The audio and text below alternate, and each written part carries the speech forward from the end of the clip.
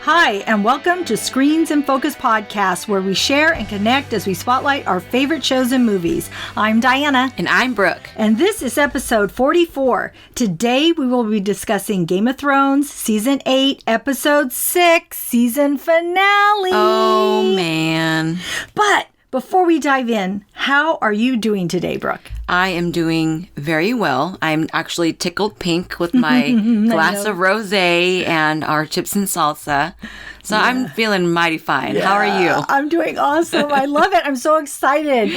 I'm, like we said before, we're excited, but then we're kind of sad because, Games of Thrones has ended. Yep. But I actually had a great week. I'm off this week. We went to Universal Studios. It was great. We had a great time. The Harry Potter Wizarding World was awesome. Oh, I'd man. highly recommend it. I can't wait to go. Yes. It's awesome. Okay. I will tell you, we do a podcast on The Walking Dead, and we went into the attraction. Mm-hmm. It was not great.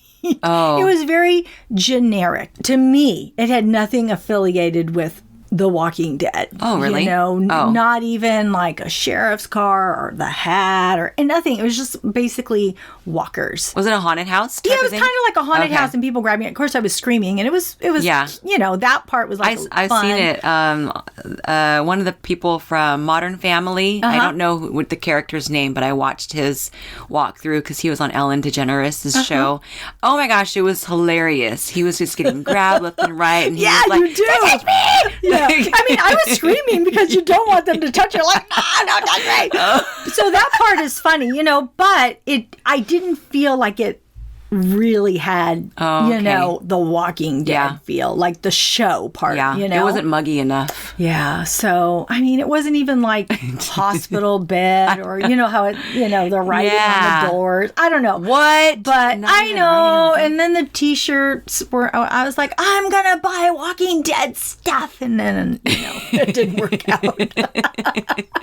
Well, I'm so excited you got to go. I'm so jelly. It was fun. So I recommend it to anybody. Oh, cool. So I was thinking, what character of the Game of Thrones would you like to be or dress up as? Yeah. It's funny? As I was leaving the house on my way here, Gabe asked me the same thing. Gabe is my husband. And he's like, who would you be? Who's not a fighter? Because he was like, I love, those very strong characters. Yeah. I told him, I said, and I've told you before, I was like, I love Sansa. I absolutely love her character. Yeah. I love her wardrobe, her costume. I love her attitude. She showed a lot of attitude this past season. So I just, she came from such a young person, character, role, and she's really developed, and I've just been following her. I've always loved her, but I love her so much more now that the season is over, and she's just totally evolved into this wonderful person. She is. She has. Sansa, Team Sansa right here.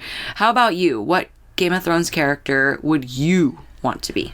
I say Arya because, and I did dress up as her at work because we had a Game of Thrones party. That is so cool. And I just love her being such a warrior. Yeah. I love it. I just love strong women. Yes, Dany's strong too, but there's just something about Arya that I just loved her, watching her through all the seasons. And I think because she was so young and she pretends to be a boy. She just does everything to survive, and everything to defend her family. Yeah. And I just think she's awesome. That's cool. So, she's a great character. Yeah. I would love to be her too. So, Screens and Focus friends, we still want to know what you think about this episode or the Game of Thrones series altogether. So, if you could sum up how this show has influenced your life, please share that with us. Yeah. We would love to hear your feedback. We want to know because this show has really impacted our lives as fans. And I'm sure there's tons of people out there that feel the same. I mean, I've been talking about Game of Thrones for Yeah. days, weeks, months on end. So I know we have friends out there like that too. Like us. Yes. Yeah. So please let us know what you think. You can follow us on our Instagram, Twitter. You can also subscribe to our website and our YouTube channel. So, in Game of Thrones, Season 8, Episode 6, the season finale, The Iron Throne. Diana, what were your overall thoughts on this final episode? Wow. I am still trying to come to grips with everything that happened. I knew it wouldn't end well between Dany and Jon, and even though I said she might die and should have expected it, I was still surprised with the moment and how it happened. I am sad for Jon, but I am thrilled that Tyrion lived and that all the Starks ultimately got what they wanted. What were your thoughts, Brooke? Well, I'm with you. I was completely surprised, and actually surprised that Tyrion was able to convince Jon to take charge and handle Daenerys. I was like, wow, he really got through to him. I was sure that Tyrion was going to have to make a decision on retaliation for what Dany did to innocent people and burning an entire city. When Daenerys came out with her dragon wings and her silhouette, oh, my feelings were that she is not only the Mad Queen, but she's now the Dark Queen. I just couldn't conclude this episode mentally with Jon by her side and him being capable of risking his siblings and the North of the same reciprocation as King's Landing. Yeah. Dany couldn't be trusted, and she would be feared as queen, not honored. Yeah. So let's talk about the devastation of King's Landing as a result of Dany's burning the city and thousands of innocent people. Tyrion walks through all the rubble with Jon and Sir Davos behind him, and they see dead, burned children, which was horrible. Yeah. A man walks past him. Oh, all burned. And his back is burned off. Yeah. It was horrible. Right. And he continues on his way because he's looking to see if he finds Jaime and Cersei. Oof. And he gets to the crypt and searches, and he sees Jaime's hand. Oh. And he starts to sob. Yeah, me too. He moves the bricks and finds both Cersei and Jaime, and he continues to cry. It was so heartbreaking. I felt for Tyrion. I know. It was so hard for him losing Jaime, and I think Cersei too. Oh, dang, yeah. I mean, I was super sad at this moment, and I felt so bad when I saw their dead bodies sleeping eternally, just at peace.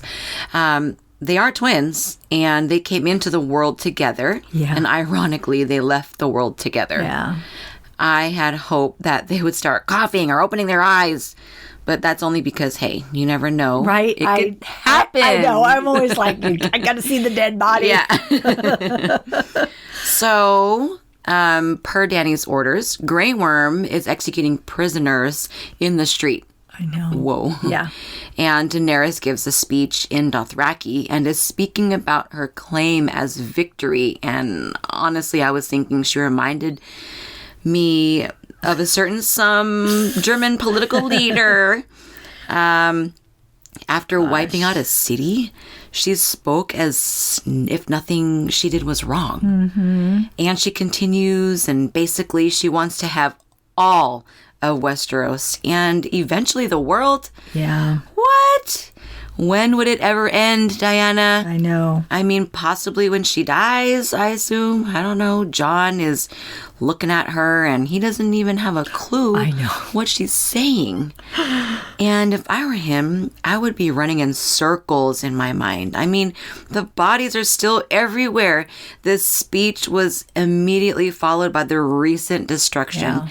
And how can Jon bear the thought of being her successor after what had just happened. Yeah. I don't even understand. Well, it's because he didn't understand what she was saying. He's like just standing there nodding his head. Oh, yeah.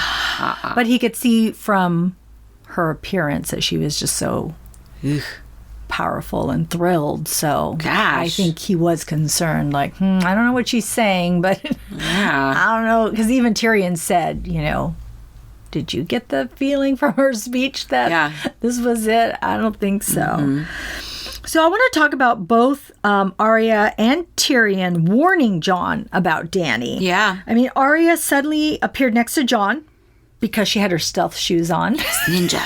Because he kind of looks at her. And he asks, what's she doing there? And she says that she came to kill Cersei, but your queen got there first. And Jon says she is everyone's queen now. And Arya says, yeah, try telling that to Sansa. Ooh. Arya grabs Jon and says, she knows who you are, who you really are. You will always be a threat to her. And I know a killer when I see one. Yeah. So that is the first pressure on Jon to do what he needs to do. Otherwise, Dany is going to eventually kill them. Yeah. And then Jon goes to visit Tyrion in jail. And Tyrion talks about the things he has done, strangling his lover and killing his father and betraying his queen. And Jon says, you didn't. And Tyrion says, yes, I did. And I would do it again after what I've seen. And he talks about how his father and his sister are very evil and killed a lot of people, but not even half as many as Dany killed in one day. True. Yeah. So Jon brings up that Dany's affected by seeing her friend beheaded and her dragon die, but Tyrion asks, would you have done it? And Jon is surprised by the question and tries to discount it, but Tyrion says she kills evil and we cheer for her, which makes her more powerful and confident, and she feels it's her destiny to make a better world, and she would destroy anything that threatens her on attaining that goal. Yeah. So Jon starts to leave, and Tyrion asks Jon, what about his sisters? Will they bend the knee? He says they will, but Tyrion reminds him that Sansa told him who he was, which I love because it's true and something Jon has to face. Now he has two people telling him that Dany needs to be handled. Oh, for sure. And he knows. He just doesn't want to do it. I mean, even the way that Dany looked at him when she walked away from that speech. Yeah. She just doesn't care. It didn't seem like she would have done whatever she had to do. That's it, even to him. And just that look, that moment, I realized that he is not safe. And thank goodness Arya came and spoke to him immediately after that. Yeah. And then thank goodness he had more insight from Tyrion. Yeah. So, I mean, which then leads to Jon walking up to the throne room, and Drogon is covered in ash. When he rises up and sees Jon as he enters, I actually didn't think Jon was going to get in so easily, but he does. And we see Daenerys looking over the Iron Throne as if she bought a new car. I know that feeling. Wine out of the nose. Oh, man. Well, she is mesmerized at what she recently achieved, and she worked very hard for her entire life. I just couldn't believe how she seemed so happy and, I guess, oblivious to her killing innocent people. I mean, I'm just so confused at how she is showing no remorse. I know. I thought the same thing. She was like glowing, beaming with pride. Her eyes were so big. Like you said, Brandon Carp it reminded me of a little girl just really getting what she wants. I know. Like, how do you, dust off the throne like that, and like knowing that all that ash is like people? Because as they're walking up to King's Landing, there's skeletons. There was like Everyone is annihilated. Yeah. And she's just like petting her throne like, oh, I'm so happy I'm here. And, you know, when Daenerys is about to sit on the throne and she sees Jon as she turns around, you know, she's talking to him about the throne being made of 1,000 swords and etc. and yada, yada. And he starts yelling at her, hoping that she would be merciful at what she has done and how she is having Unsullied kill prisoners on the streets. Yeah. I think Jon was looking for Dany, and the Dany that he thought he knew, the Dany that he loves, just is no longer there. It just isn't her anymore. And when they kiss, we hear a stab, and there's a pause, and I was waiting to see who was going to fall. And with no surprise, Dany bleeds from her nose and her mouth, and all hail the mad Dark Queen Daenerys. I just have a question. What would Jorah think of his Khaleesi after this? That's why he's dead, because he hopefully didn't see this. I don't know. Yeah. I think he tried to persuade her, but I don't know. Would she follow what he says? Maybe. I don't know. No, I don't think so. I don't know. No, I don't think so. Gosh, it's so hard to know. Yeah. You know, at first when Jon kisses her, it looks super passionate. And I was like, why is he kissing her like that when he doesn't agree with her? But then there is a gasp, and I'm saying, oh my God, he killed her. What is she thinking as he does this? She really doesn't have a reaction on her face. You know, because I looked for it. Okay, yeah. Even the second time. I was like, and she just really, I think it just kind of happened so fast. I don't think she was expecting it at all. Surprised her. And so Drogon is sensing something is up and comes to check things out. Yeah, you could hear him downstairs. Yeah. And Jon gets up and turns to, Drogon. And it kind of steps out of the way, and Drogon pushes Dany's body a couple of times as if to see if she's still alive. And this reminded me of King Kong. After killing the raptor, how he opens the mouth and closes it like, hey, is this still working? Right. Totally reminded me of that. But I was thinking, oh my God, please don't torch Jon. I mean, Drogon rises up, and I think Jon is thinking, oh shit. And I think he might be thinking, I deserve this, but it's going to hurt. And Drogon opens his mouth, and you see the fire rising up in his throat. But he turns his head toward the throne and lets it all out, like he is letting out his grief with a big roar and fire. He literally burns the throne, and it melts like lava. This is interesting in that, how much does the dragon know? I mean, about the throne, and that he doesn't kill Jon. And then he takes Dany's body and leaves. I thought the same thing. I was like, he just melted that Iron Throne. And I'm like, whoa, it's gone after all of that.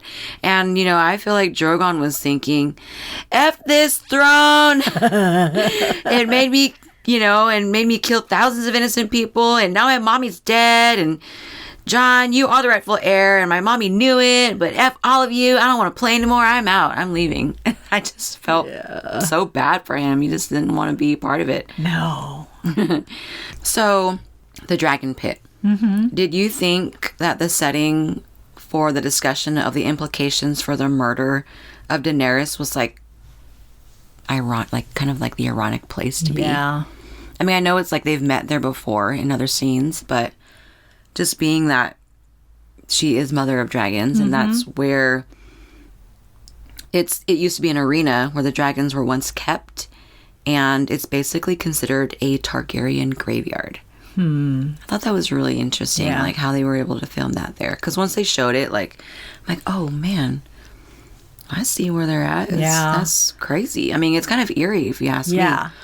And the emotion of Daenerys, now dead, and Grey Worm is still dedicated to her. as his queen.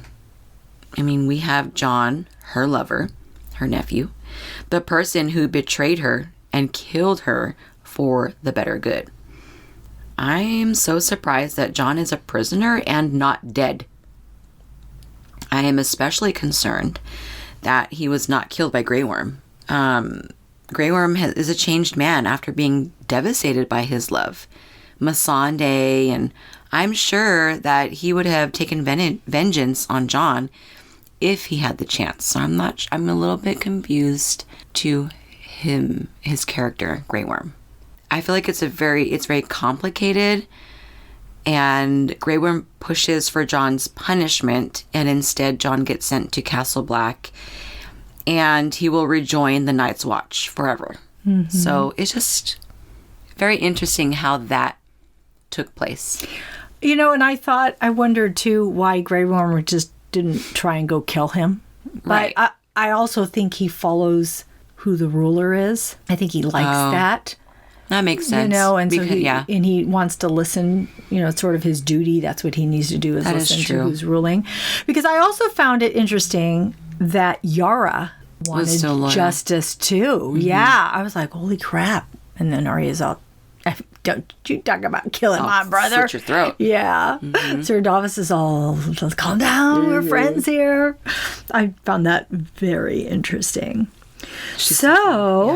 They need to choose a king. Mm-hmm. Because that's when Grey Worm says, fine, choose a king. So I can kill this man. Yeah, I know, exactly.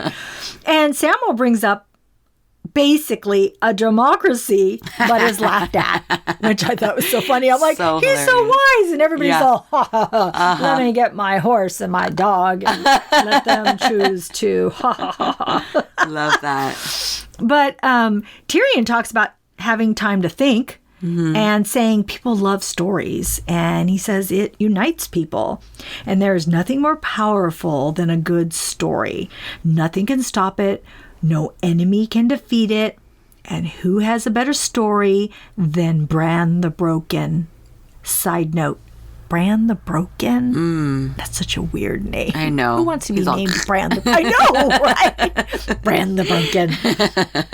Anyways, he says, Bran the Broken, the boy who fell from the high tower and lived. He knew he would never walk again, so he learned to fly. He became the three-eyed raven. He is our memory, our past. Who better to lead us into the future? And then Sansa says, Bran has no interest in ruling, and he can't father children. And Tyrion says, good. Sons of kings can be cruel and stupid. Mm-hmm. He tells Grey Worm, that is the wheel your queen wanted to break. From now on, rulers will not be born, they will be chosen. Oh. He tells Bran, I know you don't want it and don't care about power, but I ask you, if we choose you, will you wear the crown? Will you lead the kingdom to the best of your ability from this day until your last day? Bran blinks. Why do you think I came all this way? I loved it. I know. It's like he knows everything. I feel like he knows what everybody's going to say, but he lets everybody go on their journey to get there, right? Yeah. I don't know that that's really what's happening, but that's what it feels like. It's like he's just waiting. He's all, let these people have this thoughts and do this and that, and then they'll...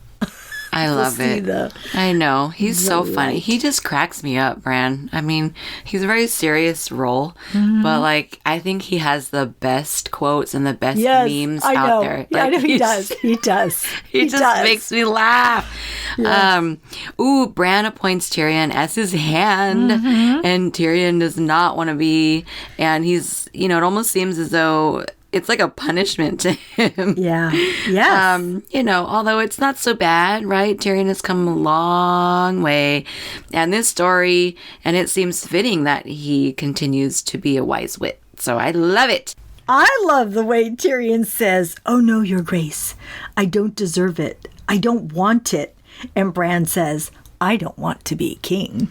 Okay. So we got to do things we don't want to do. You got to do it, right? Yeah. The council is made up of Tyrion, Hand of the King, Davos as Master of Ships, Brienne is Head of the King's Guard, and Samuel Tarly is Meister. So I had to look up what that is, Meister. It's service as a noble calling, one of vital importance to a prosperous realm. The Order of Meisters, also known as the Meisters of the Citadel, the Kings of the Mind, and most often simply as the Meisters, are an order of scholars, healers, and learned men in the Seven Kingdoms, in a nutshell. That's a lot. And Bronn is back. He totally surprised me. He is Master of Coin. Great. That's so funny. And we know where he plans to spend his coin on needful projects as well as rebuilding destroyed brothels. I know. That was funny. It really was. I did like that. I know. Brienne's all, I think we need to rebuild the ships. Takes precedence. And he's all, I don't know about that. Yeah. That's just crazy. And then when, about the coins, and he wants to know how many coins are going to be spent on this because we don't want to have no more coins. And then Sir Davos corrects him. He's all, "Oh, are you the master of grammar?"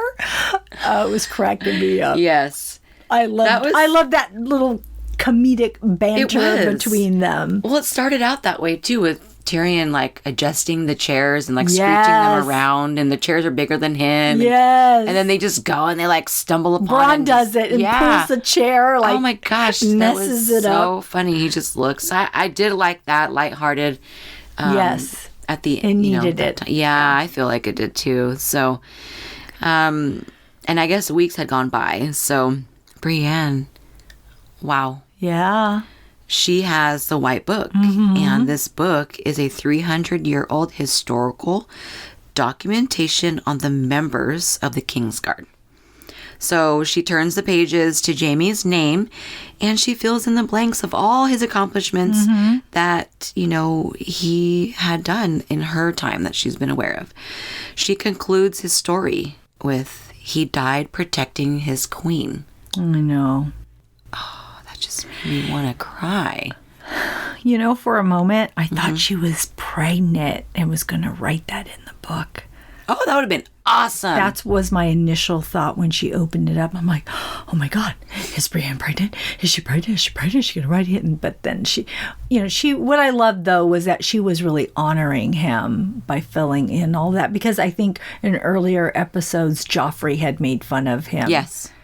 And I'm like, really? I mean, he doesn't know it's his dad, but I'm like, but Jaime knew he was his father. Right. And he probably just wanted to slap him. Slap the snit out of him. I don't know. But so it was I just thought it was so honorable that Brienne did that for him. Well, I love their relationship. Yeah. I love she really, just really loved him. Yeah. The sincerity. Yeah, exactly. Yeah. So then Jon is escorted out, and he goes to say goodbye to his family, which makes my heart break. And I know he's alive, but still, to be banished and not to have children or a wife, which is what, they told him.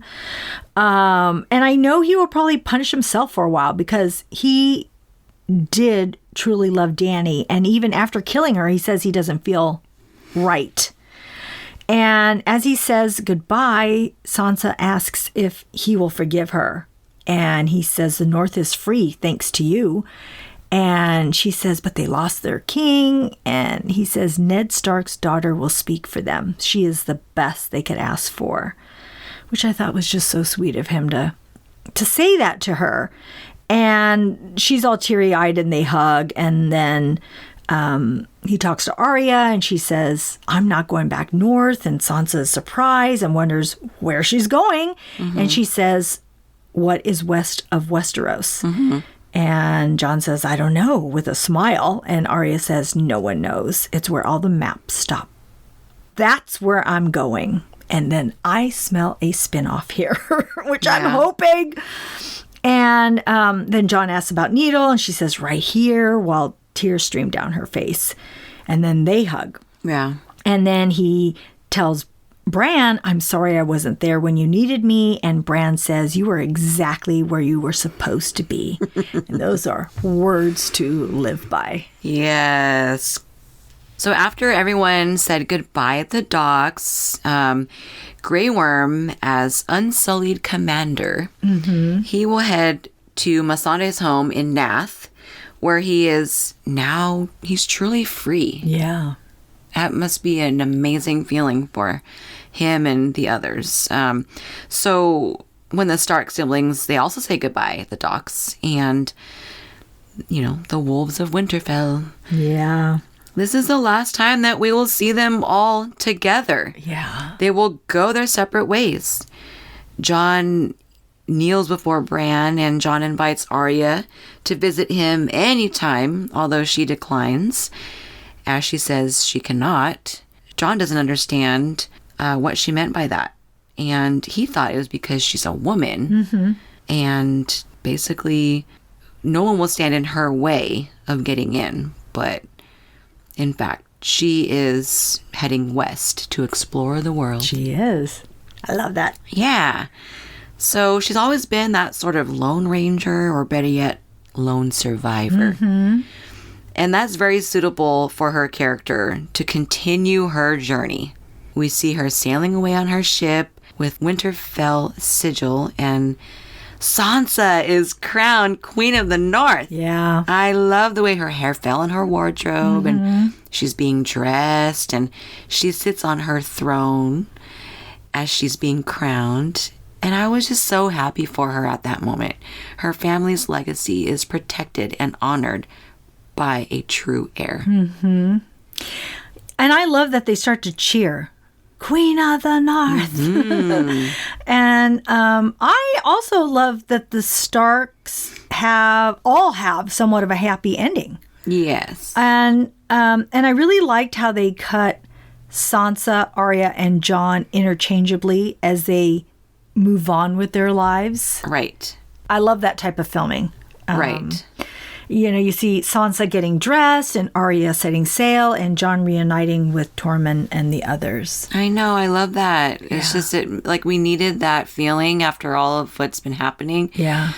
So when Jon is at Castle Black and reunites with One-Eared Ghost, finally he meets back with him.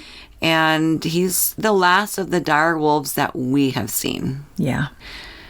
Jon gathers with a massive group of wildlings, including Tormund, and we see them leave the wall as the wall doors are opening. Yeah. We can circle back to the very first season when the doors are actually closing. So everyone is presumably safe at this point, and from the Night King and his army are no longer a threat. Westeros seems to be in good hands. Yeah. Where are they going? I don't know. I was really confused. I thought that was kind of interesting. Because people were saying, oh, Jon's not supposed to leave Exactly. the Night Watch. So where were they going? And I was really curious. I'm like, why are they all going into the woods? What does that mean? And I feel like maybe I'll know if I rewatch it all again. Or maybe we won't know. Maybe it's just like it is with Arya. They're just traveling to a new... Whatever. a new I don't place. know. I'm with you. I was super, confused. I liked it, but I was curious. Super curious, extremely, extremely confused. I was like, I look at Gabe and it ended, and I wanted to just absorb it all. I know. I'm like, I just love it. And I was like, what the heck just happened? Yeah. Why is he leaving? Yeah. Where are they going? Yeah. Why are the wall lines? Yeah. I was so confused. So I need to know. Yeah. That was one of the things that I noticed that I wanted to talk about, because I was like, what? What other things did you notice? Well, I did want to say that the internet was too quick on judging Jon about Ghost, because they are reunited. And I love that Ghost licks his face. Because everybody's all, oh my God, he didn't pet his dog goodbye and he just left him and all that. But this ending, this episode was just 2 episodes, this was all filmed so long ago. Right. But here we're all like, he didn't say goodbye to his dog. Who just leaves a dog like that? I know, exactly. But see, this was planned, people. It was planned. He was going to end up with his dog anyways. Okay. Also, many fans are upset with the outcome. While I am not super thrilled that Dany ended up power hungry and going mad, I do accept it. And I don't like Jon's outcome either, but not everything can be perfect. And it will take some time for me to really digest everything. And I will rewatch the series, and I am sure I'll feel differently after seeing things I hadn't noticed before. Right. So. That's good. I mean, I'm glad that you said that, that you are not upset with what happened. You're not thrilled. Yeah, but, you know, I'm not like, thrilled, you but I accept can, it. yeah. That's good. I think there are a lot of people that are just enraged. I know. They are. Signing petitions. I know, and asking for it, season 8 to be rewritten. I really liked a lot of season 8. I really did. So that happened with Star Wars franchise after George Lucas sold to Disney. And they petitioned. It didn't go anywhere until an independent production company filmed their own short film. And I think it blew up. Like, actually, I don't know all the details of it, but, you know, something very similar happened with another franchise. So I'm like, my response was, hey, if you're not happy, write it and share it. Yeah. Perfect. You know? Yes. Then we can all kind of get a different idea what your thoughts would be. I think I honestly don't know a better outcome. I'd have to really sit down and script it out and write it myself to see what I really, really honestly think now that it's over. I wanted to just kind of see what would happen. I didn't know. Right. So I'm with you. I accept it. It was quick. It ended. I'm glad that certain outcomes ended the way that it did. Yeah. But, what other things did you notice? That water bottle by Sam's leg. Yeah. In I didn't notice arena. it, but I know people do. That was pretty funny. We were laughing. They did it again. Samuel, he presents a book, Song of Ice and Fire, which is a nod to the author, George Martin, after his saga of novels. Yeah. So I thought that was pretty cool. I did. I thought so too. Yeah. I love Sam. I'll miss him. I know. Awesome. I do. I love him too. So, Screens and Focus listeners, we had put out a message to you all to just let us know what you thought about the series, the season, episodes, anything you want to share with us. So we got some response. Thank you. Our friend from San Diego, Colleen, she told us that, quote, basically my thoughts on the Game of Thrones finale are pretty much along the lines of the rest of my feelings for season 8. The structure of the story was more or less what I wanted, but I felt very rushed. I loved seeing Dany become the anti-villain. We always knew she had the potential to become, but that transition wasn't really handled well or given room to come to fruition. Why would the showrunners squander a blank check and no time limit? I'll never know, but I'm glad I got to experience Game of Thrones at any rate. It was nothing short of a phenomenon. End quote. Thank you, Colleen. Thank you.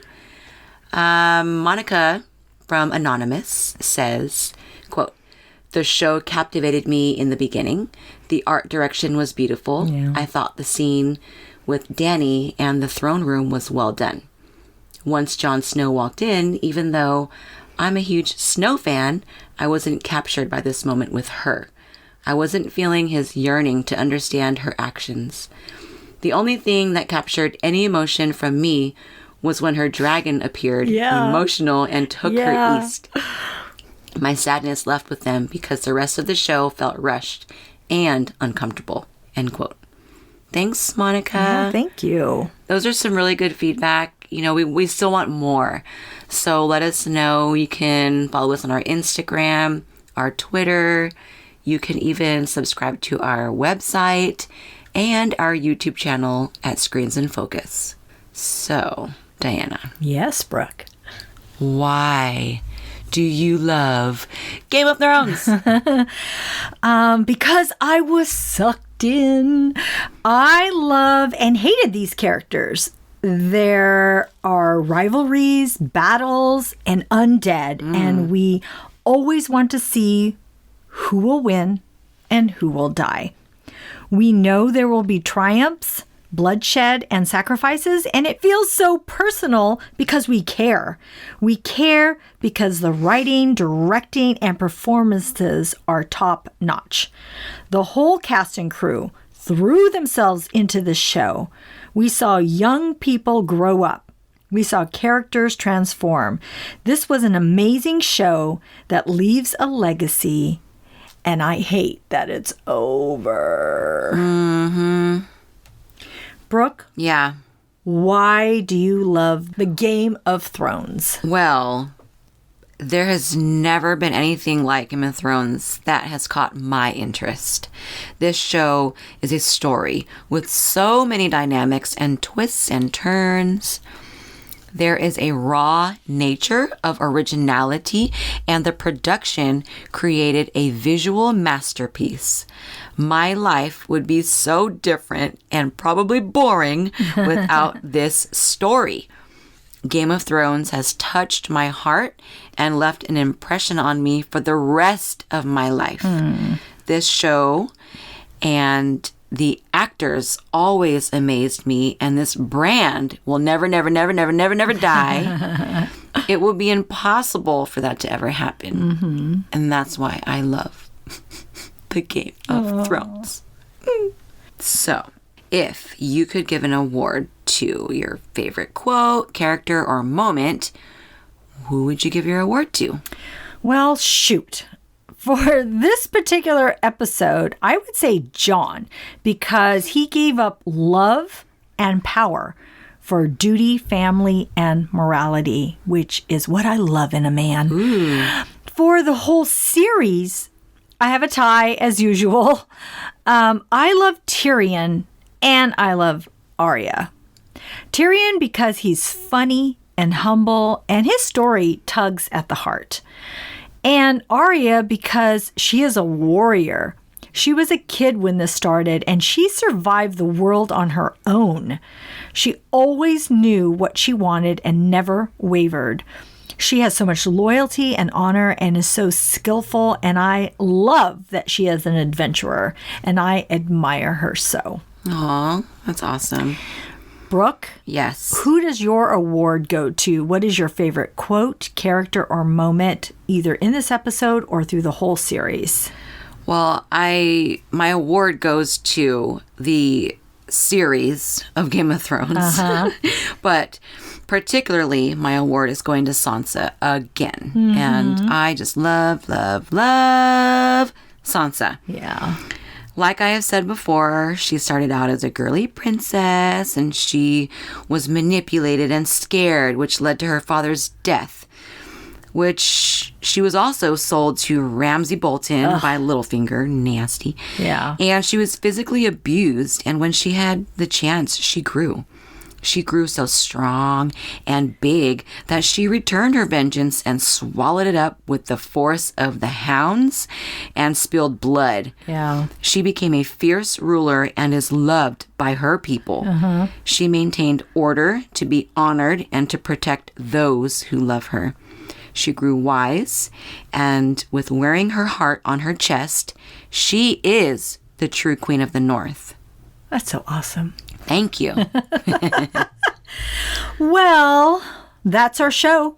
Thanks for tuning in. We are grateful you tuned in, and we hope something we said today resonated with you, gave you a chuckle, some happiness, some positivity, or inspiration. Please subscribe to our podcast and tell a friend. We would love more members of our TV club.